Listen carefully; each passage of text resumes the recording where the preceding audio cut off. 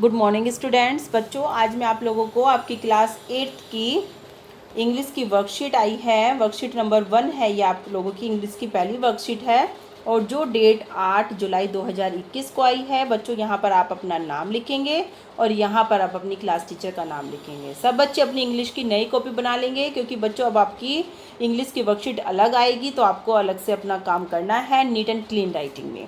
तो आज की इस वर्कशीट में हम अपना आर्टिकल जानेंगे, ए एन और दा का फर्स्ट पार्ट।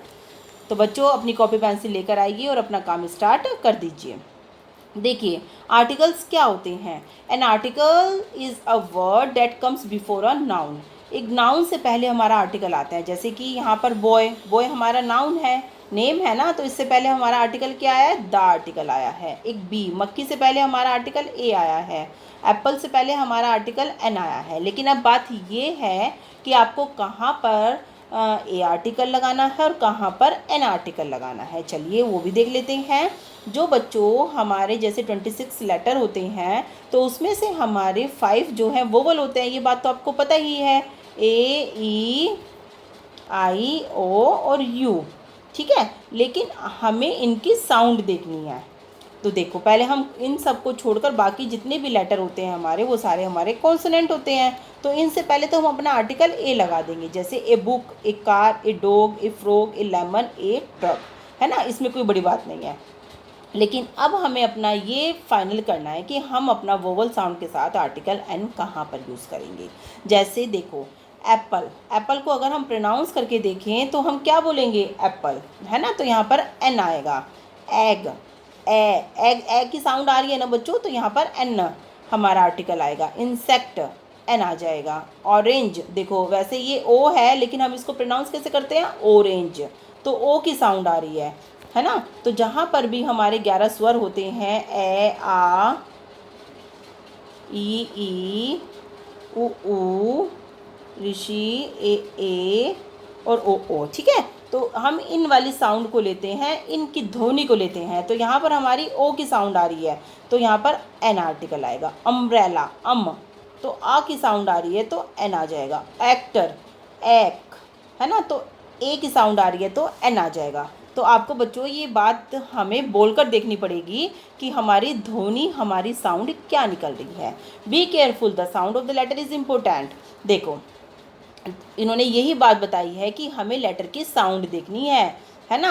ये नहीं देख रहा कि ए, ई, आई, ओ, यू से हमारा वर्ड स्टार्ट हो रहा है तो हम आँख बंद करके लगा देंगे, नहीं, हमें अपनी साउंड देखनी है। जैसे ए हाउस, है ना, अंकल, अंकल, तो ए की साउंड आ रही है, तो हमने इसलिए आर्टिकल यहाँ पर एन लगाया है। इसको हम देखो, वैसे तो ये एच हमारा वोवल्स नहीं है अगर हम देखें, लेकिन हम इसको प्रोनाउंस कैसे करेंगे, आर, आर करते हैं ना हम इसको प्रोनाउंस, तो इसलिए हमारा आर्टिकल एन आया है यहाँ पर। वैसे तो देखो, यहाँ पर हम इसको क्या बोलते हैं, यूनिवर्सिटी, तो यू की साउंड आ रही है, यू, ऊ, है ना।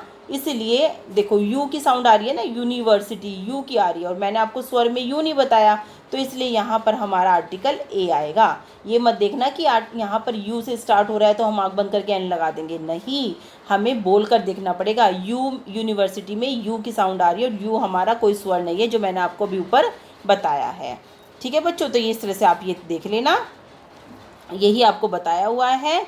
Used before words beginning with the consonant sound के साथ हम ए यूज़ करेंगे, जैसे इन्होंने किया हुआ है यहाँ पर, जो मैं आपको पहले भी बता चुकी हूँ। और वोवल साउंड से पहले हम अपना एन यूज़ करेंगे, लेकिन हमें अपनी साउंड को ध्यान में रखना है ना। उन 11 स्वर को ध्यान में रखना है, जिनकी आवाज़ निकलेगी तो हम आर्टिकल एन लगाएंगे, अदरवाइज नहीं लगाएंगे।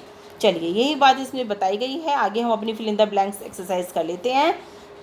ए और एन इसमें हमें यहाँ पर भरना है। There is a green English book on the desk, she is reading an old, old में देखो बच्चों एन की ओ की साउंड आ रही है, तो यहाँ पर हमारा आर्टिकल एन आ जाएगा।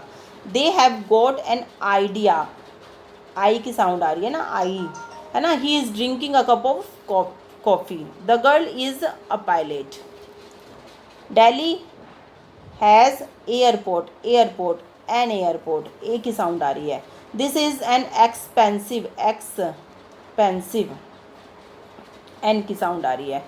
Look, there is a bird flying, my father is an honest person, my friend likes to be an astronaut. देखो बच्चों, यहाँ पर मैंने आपको ऊपर भी बताया, इसको वर्ड को ध्यान में रखो। होनेस्ट हमारा वोवल नहीं है एच, लेकिन फिर भी हमारी साउंड ओ की आ रही है, इसलिए हमने यहाँ पर एन यूज़ किया। आगे सब बच्चों को क्लियर समझ में आ गया होगा, आई होप। चलिए सेकंड एक्सरसाइज की तरफ चलते हैं। Tick the correct answer and cross the wrong answer. ठीक है, हमें टिक करना है सही पर और क्रॉस करना है रॉन्ग आंसर पर। माई मदर इज़ ए, ये देखो गलत है। मैंने अभी आपको बताया है कि ऑनेस्ट के साथ एन आएगा, तो यहाँ पर एन आना था, है ना। ऑनेस्ट ये सही है। Can you please bring me an glass, an glass तो नहीं होगा बच्चों, ए ग्लास होगा, तो ये गलत है। सी इज़ ए डेंटिस्ट, ये सही है। Please hand me a book, ये भी सही है। Sonia will bring a small, ये भी सही है।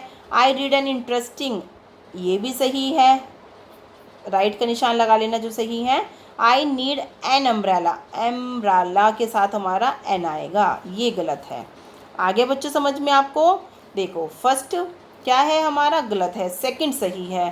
थर्ड वाला भी हमारा क्या है, गलत है। फोर्थ वाला सही है, फिफ्थ भी सही है, सिक्स्थ भी सही है, सेवन्थ भी सही है, और एट्थ हमारा गलत है। तो बच्चों इस तरह से आप अपनी एक्सरसाइज ये कॉपी में कर लेना।